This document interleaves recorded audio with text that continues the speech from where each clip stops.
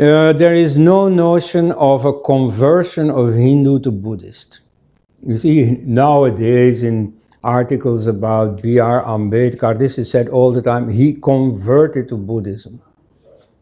Now, the novices who came to the Buddha, please, I want to be your monk, they did not convert. They were initiated into this order, that's all. A conversion means, as was said to the Frankish King Clovis in 496, when he got baptized into Christianity, his baptism father said, "Now burn what you worshipped." And so, in the case of conversion to Christianity, it is either or. If you embrace Christianity, it means you break off with everything that went before. But here there is no such notion. And so Buddhists are not some special class of people. In fact, I've read sociological studies about the neo-Buddhists.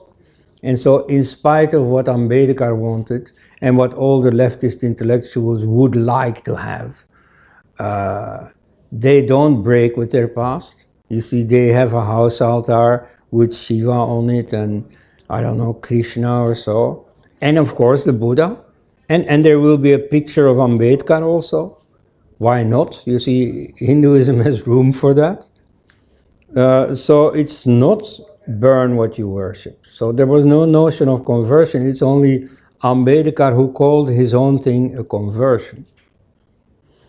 Then in numerous Buddhist temples, Hindu gods are venerated. To have a Ganesha in a Buddhist temple is not abnormal.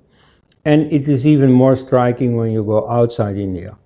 You will see that in Japan, they have imported the Vedic gods.